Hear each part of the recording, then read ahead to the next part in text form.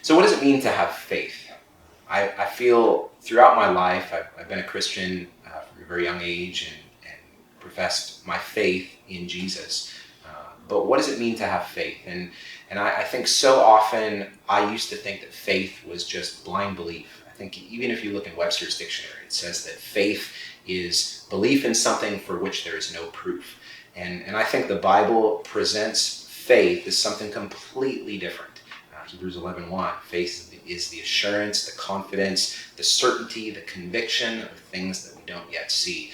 And how are we able to have faith in God's promises? How are we able to understand the story of Scripture and see God will be faithful to everything that he's promised? How are we able to have confidence and assurance and trust in Jesus to raise us from the dead? To finish everything he started with Israel, to bring forth all of the promises that he's made, that he's not going to go back on any of them. Well, we have past assurance that he's been faithful to his promises. He's made promises and he's fulfilled them. And the confidence that the Bible gives us, that we are assured that he will bring to pass everything that he's promised, is we see what he's done in the past.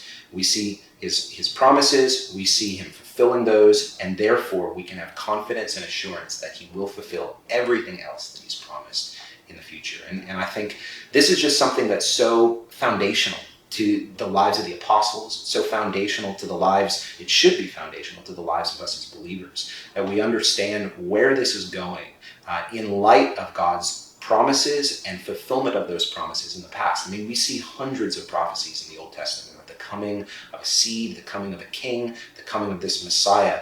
And Jesus comes on the scene identifying himself as that one in fulfillment of so many of those prophecies. And yet, so many of those things that the Old Testament scriptures promise, he didn't do at his first coming. But how can we be confident that he will do those things? Because he has been faithful in the past. We've seen his faithfulness. We've seen him making promises and bringing them to pass. And according to Hebrews, according to the rest of the scriptures, that is what gives us confidence to know that he will, that we can be assured that he will bring to promise everything else that he has said throughout the scriptures.